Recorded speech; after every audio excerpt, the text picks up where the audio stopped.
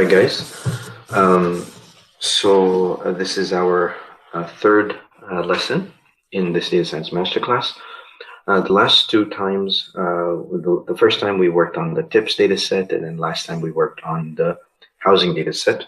We built our first model, and we were able to achieve a certain prediction in terms of predicting the home prices. So let's go ahead and see today if we can, improve that prediction. So last time we built a decision tree that went all the way down and made some predictions, right? And we also learned a little bit about how the decision tree is built by partitioning out the data set. All right, so today what we're going to do is we're going to try to tune the model for better results. So we were using the mean absolute error last time to be able to compare models.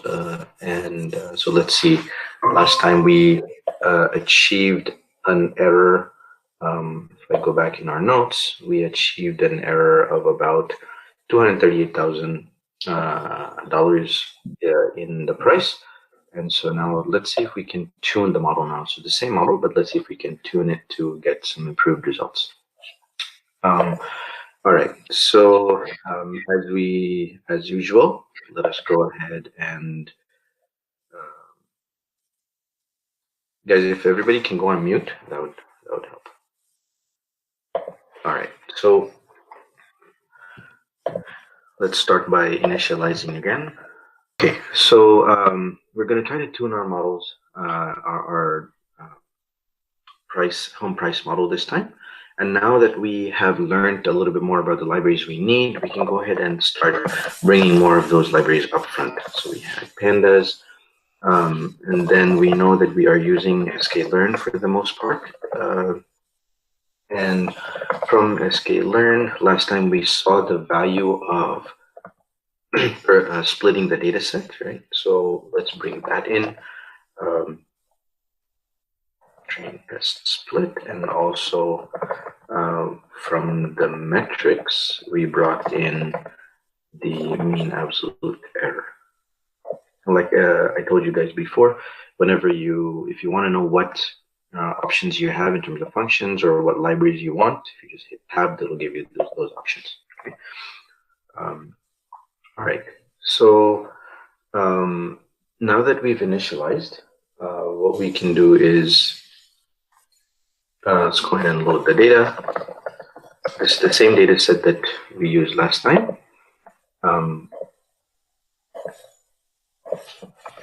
So we'll go Melbourne, and I keep doing this over and over so that we get used to doing this part of the models whenever we do any other models. Okay, so we're gonna jump out, go into our data folder, housing, and then house prices. Some point in time later, we'll also try to load our data from a URL because that's another common way of pulling data in. Okay, and now that we're loading the data, let us also select target. Let's see, y is b.loc, and all rows with price. And let's choose features, loc, and we'll pick the same features that we did last time. So we got rooms, bathroom, land size, and then latitude and longitude as spelt by the data set. Okay. All right, so we chose our features, and then we split features in the data set into train and test. Okay. We saw the importance of that last time. So it was X train, X test, Y train, Y test. Doing the train test split of X, Y, and then test size of 2 probably, and then a random state of 1. Okay. All right, so and then let's build the same decision tree model we built last time.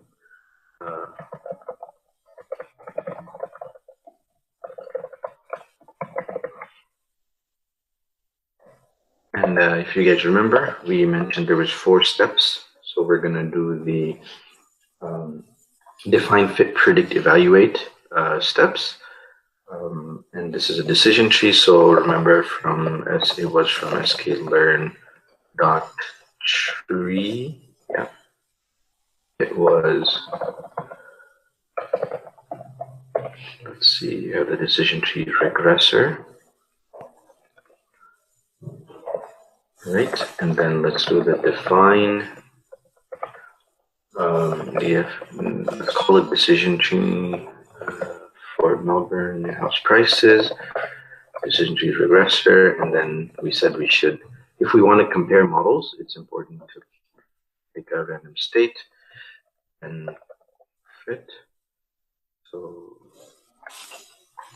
let's call this the model. We said that it's good to use some sort of naming convention to know what the models are, right? So now let's do model decision tree B fit, and we're going to use X train and Y train for that. And then let's do the predict function. We have our model predict, and we're going to use X test for the prediction, and we are going to call that Y test pred, so that we know that's our prediction. And then when we want to evaluate, we use mean absolute error and compare the Y test, which is the actual, with the Y test pred, right? And let's just make it a little prettier here. I apologize for all the right clicks because this mouse pad is a little small. Let's say print MAE for decision tree, and okay, all right. So this is what we did last time. So we built this model, and we have a mean absolute error for this decision tree of 238,000. Now we want to tune it here. And if we go back to our notes last time, you'll notice that when we were defining our tree, we have a choice, and we go down depending on yes or no or some rule, and then you have another decision, and essentially decision tree as you keep making decisions. So one of the parameters in this tree is the number of leaf nodes that you have here, which is directly related to the depth of the tree, right? So the deeper the tree is, the more leaf nodes you're going to have. And when you have more leaf nodes, as you can imagine, the more leaf nodes you have, you will have, think of the entire data set, you have a smaller number of samples in each of the leaf nodes because you just have so many leaves, right? But within each of those leaf nodes, the range of prices is smaller, right? It's a tighter range. So it's nice because the more leaf nodes you have means you can be more precise in your prediction. But at the same time, if you go too far and you have too many leaf nodes, what happens is the number of samples in each leaf becomes very, very small. And when it becomes extremely small, then now you might do very well in your training because you can really figure out all of your in-sample data points very well. But then when I have a new data point that comes in, it might not fit with that, right? So if you think back to last time, we were saying that so your training might be really good, but in your test set you might not be doing very well. Okay, so but let's see what happens. Let's go back here and then see what happens. So if we go to, let's say, and sklearn decision tree regressor, And let's see, so among the parameters, one of the parameters that we would want to tune is this max leaf nodes, right? So this is the maximum number of leaf nodes we would want to have. So let's tweak that a little bit and see what we get, okay? Let's go here. So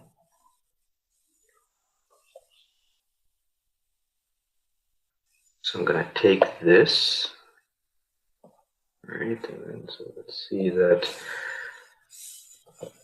now we want to tweak the max leaf node. So let's go ahead and put that in here. We'll say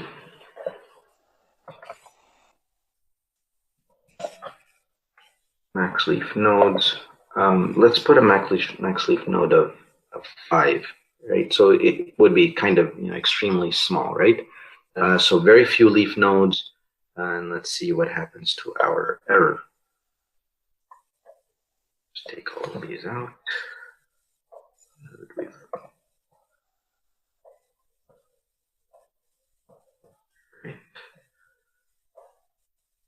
So here we're evaluating the impact of changing the number of leaf nodes. Okay, so with the leaf nodes of 5, the error is higher because there's too few leaf nodes. And let's go really high. And the error decreases, right? So let's now, it would be good if we can, iterate through a few different values and then sort of find the point at which is we minimize this mean absolute error, right? So in order to do that, it would be nice to be able to iterate over this, which means we should probably create a function for this. So let's go and see Python function. Let's see. All right, let's go and see how to create a Python function. Again, I know some of you might already know this, but like we said, no assumptions on how much coding experience you have, so we're just going to do it ourselves. All right, so define the function. You got to put a colon and then tab it in. Okay, and then you can call the function this way. All right, so let's take that piece of code and go here. Okay, so let's call this get the mean absolute error, right? And then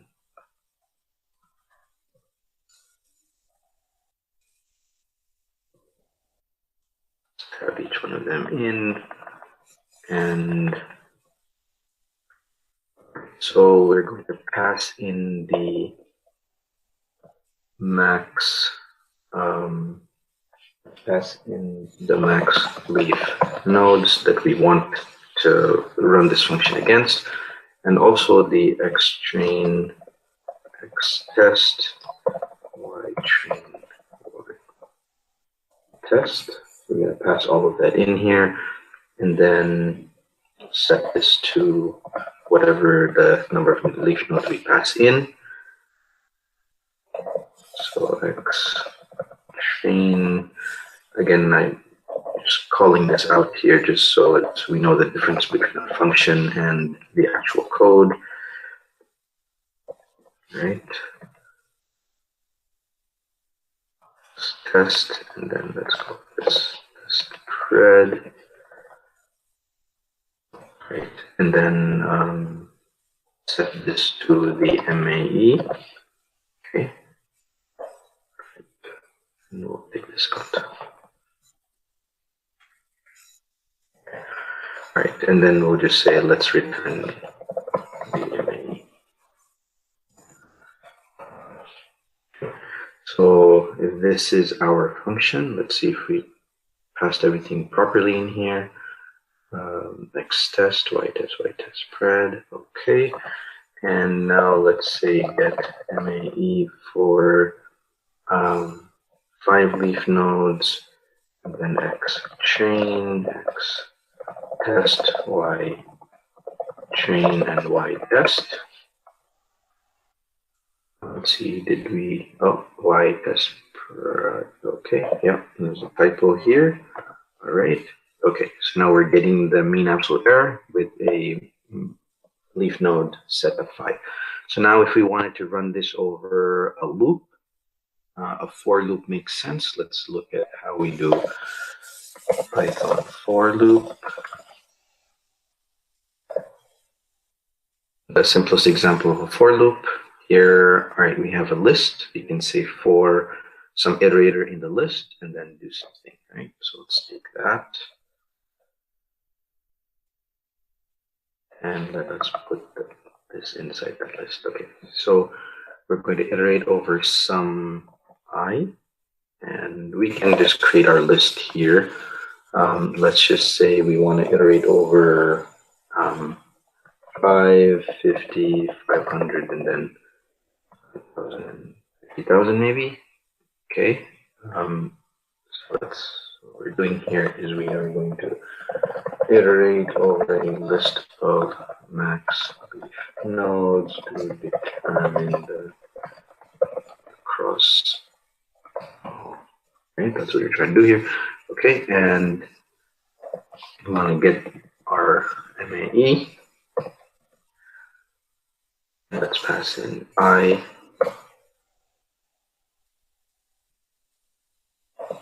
Set that to our mean absolute error. And then let's go ahead and do a print statement. So, because we want to be able to see that. So let's say max leaf nodes. And then, so this is one easy way to write print statements that concatenates. Just put, you have your text, and then you can input your iterators and your values right in between. There's other more messier ways to do it, but this is somewhat easier. All right, and then let's tab and then give ourselves the mean absolute error, right, and then provide the MAE. All right, so we've got our max leaf nodes and then the mean absolute error corresponding to that. Okay, so let's run that. So let's see, at 5 nodes, the error is 359, which we saw earlier. Then at 50 to 65, 500 to 21, and then it starts going back up again. At 5,000, it goes back up to 238, and then 50,000 at 239, right? So we see that the ideal or the optimal max leaf nodes is 500, and which gives us our error of 221, right? So this is a quick way to find the right level of depth or the right number of leaf nodes we would want in our decision tree. So if we think back to what we did last time in terms of, let's draw this out and see what this means, right? Go here. All right, I'm just going to go ahead and put it in the decision tree section. All right.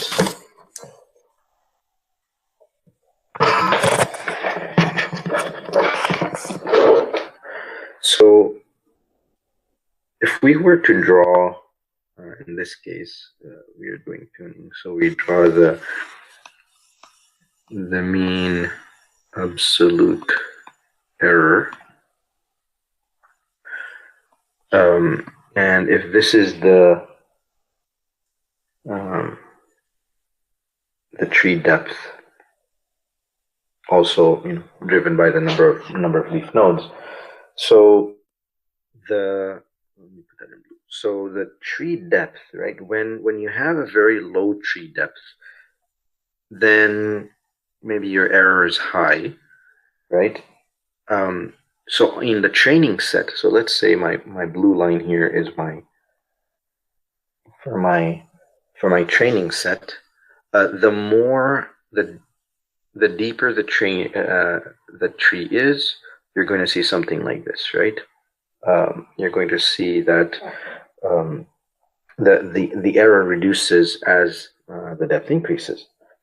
But then what happens with the test set, right? If we were to add the test set here, what happens is that, yeah, in the beginning that is also high because you really don't have enough of a tree depth at all, right? And then so that comes down and down and down.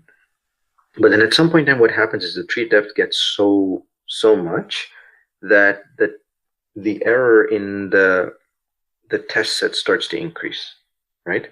And then it starts to go up, right? So we want to find this point, right? We really want to find this point in terms of identifying the right level of depth that we would want, right? Again, what's happening on this end is that you have so many leaf nodes in the tree, you know, too many leaf nodes here, as a result of which you have way too many. Each node has a very small number of samples, so you're able to become very precise. But new data points that come in, the error is too high because it doesn't fit in any one of those, right? And then it's all the way here, you have too few, and then your error is just too high. Okay, so what we're really looking for is this. But this is an example of, you know, sort of a generalization of, you know, under fitting. So this end over here, this would be called underfitting here, and you know, this side would be overfitting, right? But this applies. So this is underfitting versus overfitting. But this also applies for what we talked about last time, which was the train versus test, right? So if we had, you know, if we did not, if all of our data was used for training, then again, we are sort of in this end because we are overfitting the data.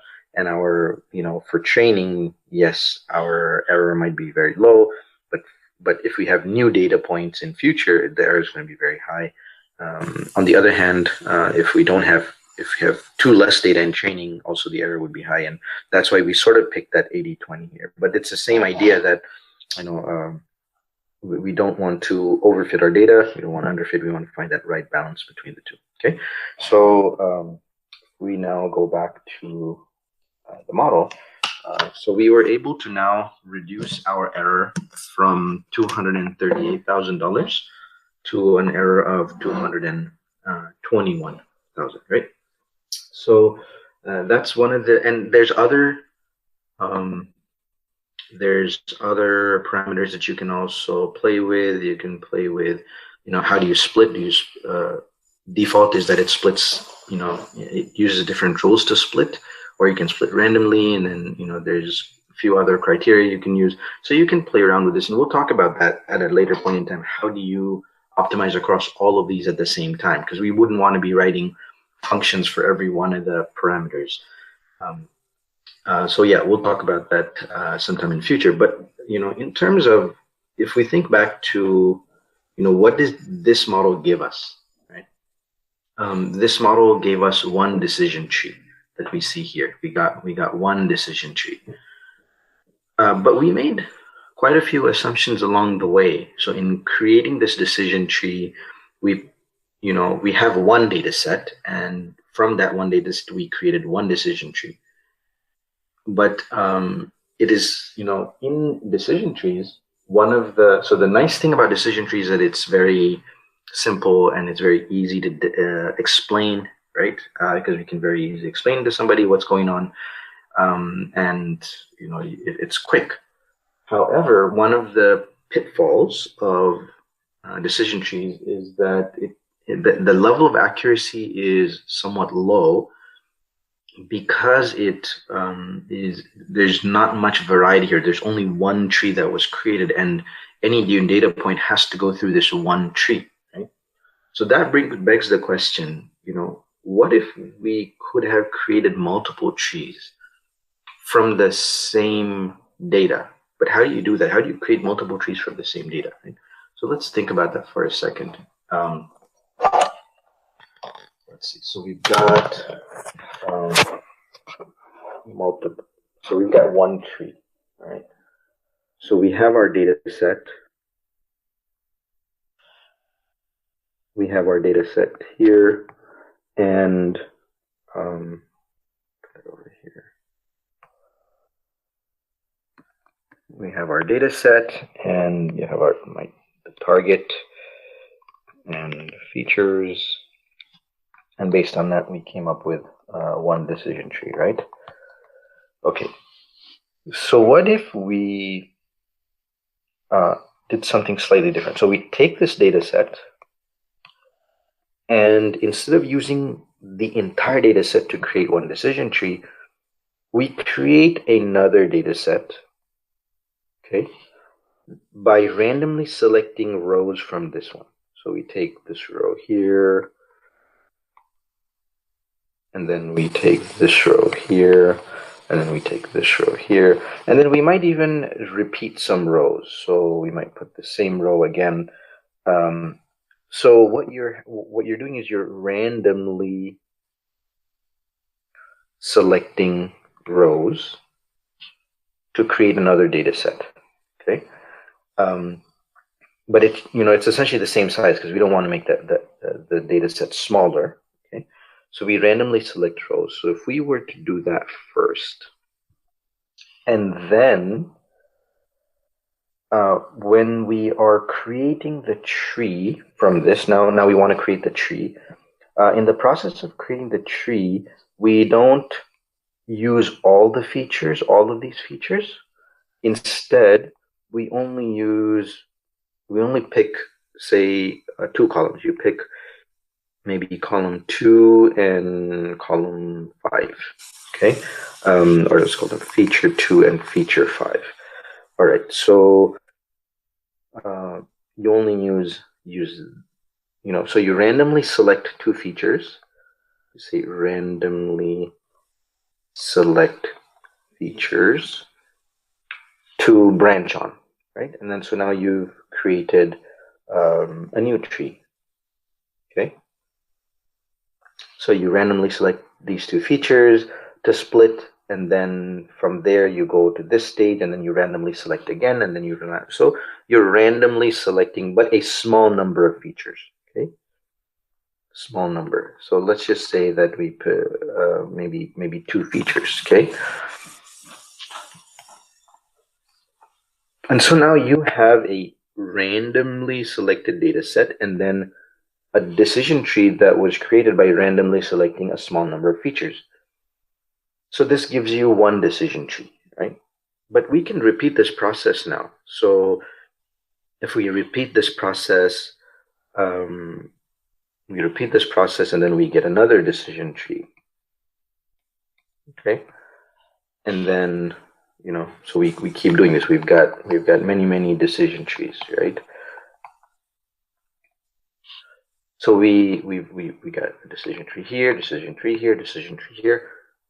So now what we can do is that whenever so step 3 is basically create many, repeat steps 1 and 2, right? Repeat 1 and 2 to create more and more decision trees. All right, so why did we do all of this? So we randomly created some new data sets from the same data.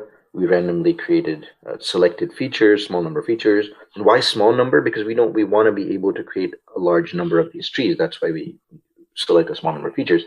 So now we have, tree number 1, tree number 2, tree number 3. We have all of these, right? So now what we would like, so now we have a variety. You see here, we didn't have variety up here, right? There's not much variety in the first case. Here we have variety. So now that we have variety, what we can do is whenever we have a new data point, so now a new data point has come in, okay? We have, these are our features, feature 2, feature 5, right? This new data point has come in to be scored. What we would do is we would run this new data point against tree 1, right? And then if tree 1 gives some sort of prediction, and then tree 2 gives another prediction for the same, and then tree 3 gives another prediction, we can use these predictions to come up with an overall prediction. So if this says something like 450 to 500, and this also says 450 to 500, and this says 350 to 400, then the prediction will be somewhere in the range of 450 to 500 because it's more heavier weighted among all the trees. So you see how we are simulating randomness here to be able to create more variety, and then that way when a new data point comes in, we're able to run it against many trees and then aggregate that answer to get what we would want our prediction to be, right? So this process, what we just went through, is called the random forest model, because we are randomly creating a forest of many trees. We have tree 1 here, tree 2 here, tree 3 here. And a little bit of terminology. This process of randomly selecting rows, this is also known as boosting. This is also known as bootstrapping. Okay, so if you ever hear the term bootstrapping, this is what they mean. They mean you're bootstrapping data from one set to another set. Okay, and another piece of terminology here, that when we do this sort of taking predictions from different ones and then aggregating them together, this process is known as bagging. Okay, so you might see these terms thrown around a lot out there, fancy terms, but all it really is bagging means I'm taking predictions from many other underlying models and then grouping them together to get an answer. That is known as bagging. And up here, putting that data together is known as bootstrapping. Okay. All right. So one thing, how do you evaluate whether this is good or not? Right? How do you know whether that's good or not? Remember that when we are in this data set and we are randomly selecting data points to put in this, sometimes you might end up skipping some data points, right? You might have maybe there's a data point here that just got skipped. It just didn't make it to this bootstrapped data table. So it got skipped. So that is known as an out of bag. That is known as an out of bag sample. Okay, that means it didn't make it to the process and didn't get bagged, right? Eventually. So we can use these data points, right? Because they were not part of the bootstrapping. They didn't make it through. So these are very good candidates for testing the model, right? So if we were to bring all these out-of-bag samples, right, and we are able to run them through, use them kind of like as if they were a new data points. You get, and then you run them through the 3 different trees, and then you bag them and you get a prediction. But now you can compare this prediction. We have the target up here, right? We have this target. So we are able to take that, right, and then compare it with the actual. So this is the bagged prediction, and this is the actual. And we're able to compare these two and then see, is it good or is it bad, right? And so if we do this with all the out-of-bag samples that we have in our data set, then we would have a set of these, right? We would have a proportion of, how many of them are good, and then how many of them were bad, right? So let's say that among all of them, we had 1 that was bad and 4 that were good. Then based on that, we would say the proportion of out-of-bag samples that were erroneous is 20%. So 20% of the, so you'd say 20% out of bag error. Okay, and basically 80% is good. So we would want, so in the process of doing all of this, we would want to minimize this percent bag error. Okay, so anyway, like I said before, this class is not really meant to go into the mathematics of these algorithms, but it helps to kind of know what's going on behind the scenes, right? And again, all of this, a lot of this comes, there's really good videos online. I actually took this example from StatQuest. I will paste a link to the video, and he's going to go through the exact same thing, but with an example so that you can actually kind of see that. But essentially, this is what's happening. So let's go ahead now and see that can we create a random forest for our housing price problem, and does it get any better? Okay.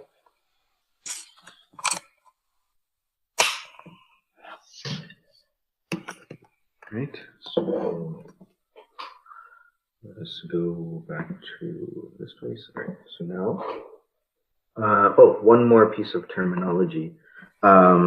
When this combining of multiple models,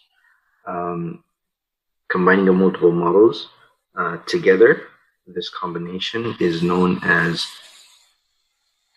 ensembling. You'll see the word ensemble many places. All that means is you're combining multiple models. So here we're ensembling multiple decision trees. So a random forest is defined as an ensemble of multiple decision trees. Okay. You can ensemble different models as well, and I think that's a common trend today among people who build models, is to ensemble underlying models. Okay, so let's go ahead and build an ensemble random forest model.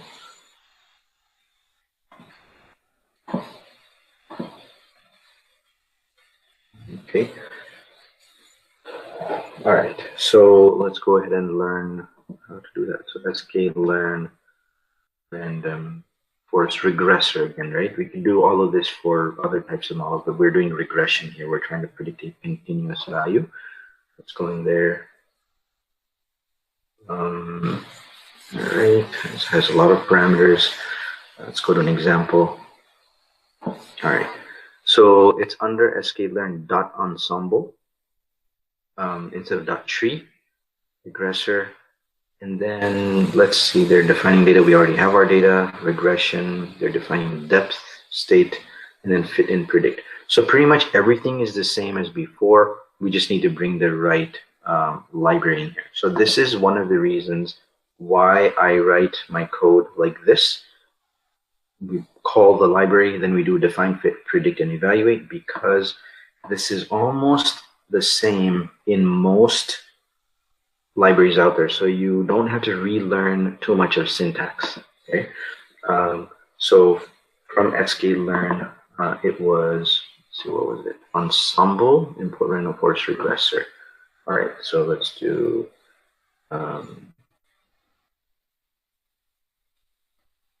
ensembles here. Let's see what they have there.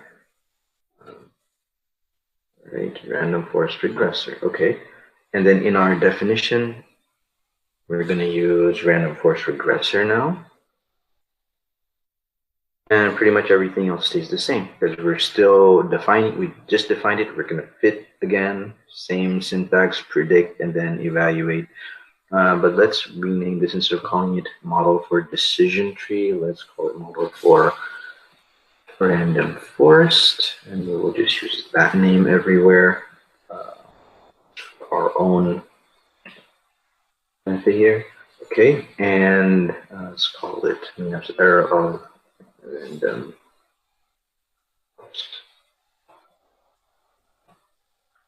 Okay, so let's go ahead and run that here. It does take a little bit of time sometimes, because remember, it's running many different decision trees, and you see we got an error of $182,000, right? So it went down even a tuned decision tree here. This is the basic decision tree. A tuned decision tree got us 221, but a basic default random forest already gave us 182,000, right? So a drop. So now our overall error seems to be dropping more and more and more, because our mean price, I believe, was 1.1 million or something. So now our error is, really down to something like, maybe 18, 19%, right? So what have we learned so far today? So just put a takeaway section here.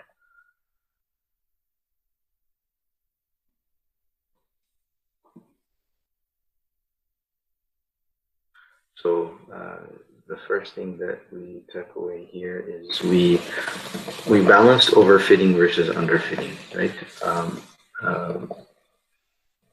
We did it in the process of doing some kind of tuning, but we balanced overfitting versus underfitting by tweaking depth of the decision tree. By the way, in Markdown,